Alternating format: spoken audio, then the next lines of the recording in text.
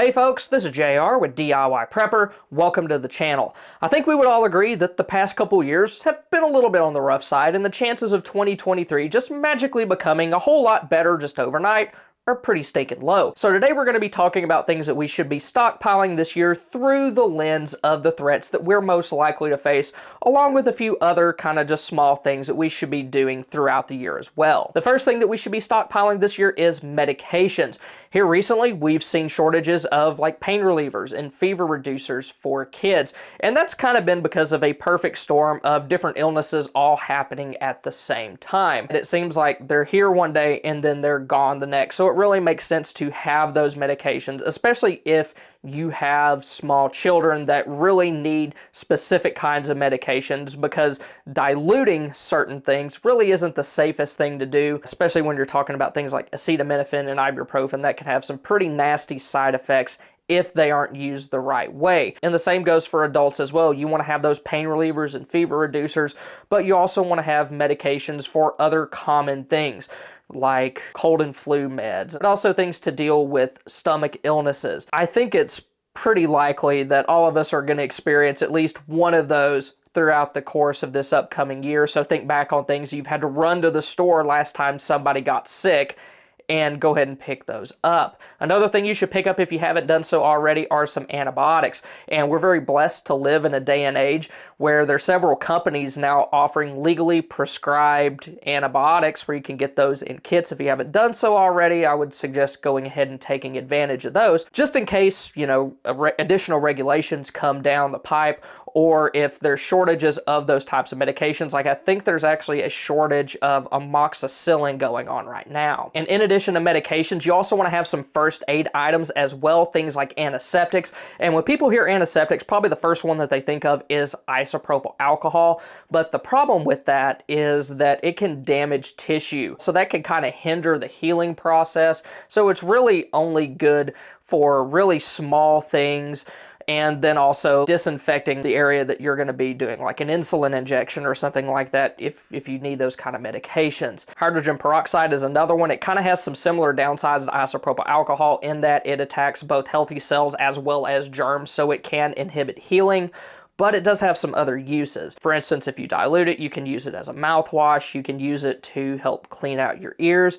And it can also be effective against some types of germs like norovirus, which are resistant to things like alcohol or other disinfectants, like some disinfecting wipes. Hydrogen peroxide is kind of a bleach, so that means that it's going to kill some stuff that those other disinfecting agents won't, although it'll need a little bit more time to do so than regular bleach will. And another thing that makes it a little bit better than, like, say, regular bleach is that it's not going to stink up the place in the meantime. And you can also use hydrogen peroxide to help get rid of different kinds of stains in clothing. Like, most people know that it does a good job removing blood stains, but it can also do fairly decent against other kinds of, like, vegetable stains, kind of anything caused by something biological. Povidone iodine is a very good antiseptic that a lot of people overlook. It's ugly and it kind of smells bad, but it doesn't inhibit healing the way that hydrogen peroxide and isopropyl alcohol do. It's a little bit more gentle on your body while it's being used. Another really good one that a lot of people overlook is just plain soap and water. And it doesn't even have to be antibacterial soap or anything like that. If you use it correctly, it'll kill germs. And since it kind of has that foaming action, it'll help lift out dirt and other contaminants from wounds as well. Another thing that you want to stock up on are bandages. And with these, start with the things that you're most likely to need, things like Band-Aids, and then move up from there. You can also include gauze, compression bandages, braces, and things like that in this category as well. Quick clots, another thing you should consider picking up if you haven't done so already. And most people, when they hear that, first thing they think of is treating gunshot wounds, which is reasonable because that's probably what it was designed for originally. But it can be useful in other circumstances also, like if you're chopping vegetables in the kitchen and you cut yourself real bad, or you hurt yourself doing a DIY project. Can help control that bleeding, especially if you're out in the boonies somewhere and it'll take you a little while to get some help. Also, would be good to keep in a car in case you're involved in a car accident or you witness one, and you can kind of render aid before real help arrives. Or also, with spring coming up, we're going to be having a lot more storms. There's actually one blowing in around me right now, and if you're in a home that experiences structure damage and you're injured, having something like that could be very useful. Another thing we need to focus on in 2023 is security. Rising crime has been a growing problem over the past couple years, and it's probably not going to get any better. When we moved in the neighborhood that we are now about 7 years ago, it was statistically the safest neighborhood in the town where we live, but it's just been kind of going downhill over time. We went from just having porch pirates to now one of my neighbors had their wheels stolen off their car in broad daylight and their vehicle put on blocks.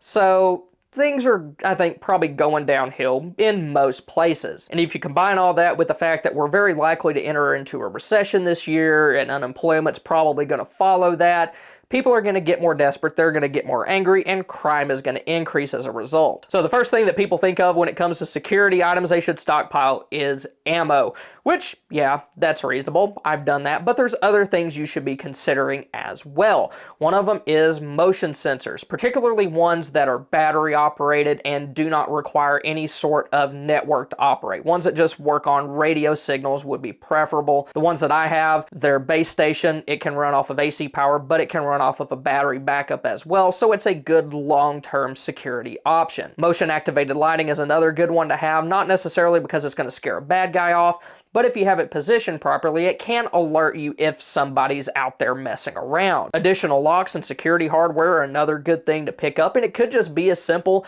as replacing the existing screws in your door strike plate with ones that are like 3.5 inches or larger. That'll sink into the studs, make the door a little bit harder to kick down. If you don't have a deadbolt installed on your door, you really need to go ahead and do that ASAP, because just little knob locks, they're very easy to shim, they're very easy to defeat. Somebody that knows what they're doing can get through one of those quicker with a credit card than you could your key in some cases. Another good thing to get is just like these flip locks, and a lot of them are kind of small, weak, really only designed to keep a kid out of like your hallway closet, but ones like these, they are rated for up to 800 pounds of force each, and while ours are kind of at the top of the door, if you put it towards the middle, then that could be useful if somebody's trying to kick your door in, or you could use multiple ones to provide even more strength and security. And one thing that you can't buy, but you should definitely be working on, is your situational awareness. I think when you're in your own home, it's very easy to kind of let that go by the wayside, but I know us personally, like I said, we've had some stuff happen around here that's kind of keeping us on our toes and making us realize that we definitely need to keep a better eye of what's going on around us. Another thing you should be stocking up on this year is food. And there's a lot of different things that can cause that particular supply chain to break down in one area or another. For example, we have a fertilizer shortage going on right now that's probably going to affect different kinds of crops. Bad weather can be another concern, along with transportation issues. The list just goes on. And some foods that might be in short supply this year include things like vegetable oil, but the good thing about that is that it can last up to 2 years unopened. Butter's another one, along with tomatoes, but it's pretty easy to get around the tomato thing because you can either buy canned or you can grow your own. Then also there could be a beef shortage as well. So of course you want to start by focusing on shelf-stable foods. We talk about that a lot on the channel. Your beans, your rice, your canned goods, your dried pasta, having those, it's just a good thing to do no matter where you are as a prepper, whether you're starting out new or you've been doing it for a while. Adding some more of those to your stockpiles each time you go to the grocery store is never a bad idea. But it might also not be a bad idea to have some meat that you can store in the freezer as well. If we're going to be having a beef shortage that isn't accompanied by an absolute end-of-the-world situation, then having some of that tucked in the freezer might not be a bad idea. But if you're going to store meat or anything else in large quantities, you definitely want to have a backup power source so that just a run-of-the-mill power outage doesn't wipe out your entire stockpile of that meat. If you're going to do that, you want to have a way to power at least your box freezer. If you have a baby, you want to have a supply of formula set aside, and that's true even if you're breastfeeding, because mom could get sick or not be able to produce milk for another reason, whatever it may be, and having some formula on hand could definitely be beneficial. Another thing to remember with that is not every child can handle all the kinds of formula that are out there. So you might need to, figure out what that child can handle so that you don't have like a big stack of something that they can't even eat. You might also want to pick up some heirloom seeds. We're not quite to gardening season yet, at least in most parts of the northern hemisphere, but if you start your seeds inside, that's really coming up in like another couple months or something like that. So having heirloom seeds, particularly for things like vegetables that you eat a lot, can really help hedge against shortages or price increases on those products. And it also gives you a good skill that you can practice that would be very useful in a more long-term disaster situation. And you also want to have some water set aside as well. If you have water stored outdoors in like rainwater barrels, you also want to make sure that you have some water stored inside as well in case that water freezes or you have to drain the system for one reason or another. You still have something that you can use. And if you haven't done so already, it's probably a good time to consider putting in a rainwater harvesting system. And since inflation has been a big problem here recently, it wouldn't be a bad idea to go ahead and stock up on some other daily essentials, even if it's just to avoid having to pay higher prices on them later down the road. A while ago, toilet paper was really hard to find. It's not so hard to find now, but maybe going ahead and picking up some of that now and some other daily essentials might not be a bad idea. Then also hygiene products would be another good thing to have, just because you know that you're going to use things like toothbrush, toothpaste, feminine products if you're a lady. Just go ahead and get those so that you know that you have a decent supply set aside. Natural disasters are another thing that we're very likely to face in 2023, and what exactly you experience depends, of course, where you live. If you're coastal, then hurricanes are a concern. If you live where I do, tornadoes. Folks in more northern areas, it's going to be things like blizzards, at least for the next month or two. And you can kind of couple that also with these grid attacks that we've been having in different parts of the country where folks are physically attacking different elements of the power grid to bring it down. And one thing that you could do to prepare for all those is just have a backup power supply if you haven't done so already. I've gone over differences between gas and solar generators several times on the channel, but just as a general rule, gas are kind of standby generators also. They're going to be good for powering some bigger stuff for as long as you have fuel for it, whereas solar is going to be good for powering smaller things indefinitely. And if you have something bigger and you have plenty of panels and you use it right, then you could probably power things like box freezers for a little while as well. If you haven't seen those videos, I'll put some links in the description below to them to kind of give y'all a better idea about those. But also, stockpile things like batteries as well. If you do have a way to generate power, rechargeables are a good idea, but if you don't, maybe have just some rechargeables as your daily users and stuff like your flashlights, and then have a fairly decent stockpile of disposables set aside for emergencies, because those disposables, they are easier to store in large quantities just because they're cheaper. Then also have different lighting sources, battery lighting. It's a good way to go for a lot of those. I like LEDs because they burn cool and they're not going to heat up the house during like a warm weather power outage. Tarps are also good to have since they can be used to cover windows if they get broken. Then also other things like lumber, fasteners, stuff like that to help make repairs if you experience damage to your home. Then of course you also want to have things like gloves and eye protection to protect you while you're making repairs. Another thing that would be wise to prepare for in 2023, if you haven't done so already, is the chance of a global conflict. In years past, things have been relatively smooth. It hasn't been as much at the front of people's minds, but with tension going on with Russia and then also China with Taiwan as well, the chances of something happening between world powers is more of a possibility than it has been in years past. So it's something to be thinking about.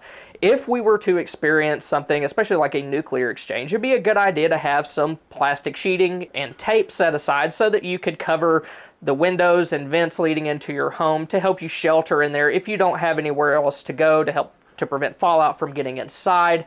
And also, if you haven't done so already, might not be a bad idea to get like some gas masks, filters, and other protective gear. Although you definitely don't want to be outside when that happens, but it might be a good idea to have that stuff. But some more practical things that you can do include just having some additional fuel on hand. You could use that if you needed to bug out, or you could also use it to power your generator if you have one. And one very good thing to do that a lot of people don't because they don't know about is store an empty gas can in your vehicle, especially if you're somebody that travels a whole lot. And what that gas can will do is, if you're in a situation, you're out of town and something goes down, then you can fill up your car, you can fill that gas can up. That way you can have like maybe around 2.5 to 5 gallons of additional fuel to at least get you closer to home if you aren't able to get more on the way. Faraday bags are another good thing to have just because they can help protect sensitive electronics without you having to go through the trouble of building like a full-on Faraday cage or something like that. They are actually pretty effective at blocking different kinds of electrical signals, and also have ways to do things like lighting or washing your clothes without the use of electricity, because if there's some sort of EMP and the grid goes down, those are still going to be things that you want to have. And there are ways that you can do that, even though they're a little bit more primitive. And even though it's not something that you're necessarily going to stockpile, you might want to be aware that there could be a concrete shortage later this year. So if you're planning on doing some sort of building project, you might want to go ahead and get all of that worked out so you can get your foundation laid before something like that goes down. And another good thing to have that isn't necessarily something you stockpile is just an alternate source of income. With everything happening in the economy right now, it's a very good idea to have a way that you can earn money if something happens to your normal day job. And if your normal day job sticks around, you'll just have more money for preps. And you can learn more about doing that, having alternate sources of income, by clicking here. Thank y'all for stopping by. Y'all have a good one.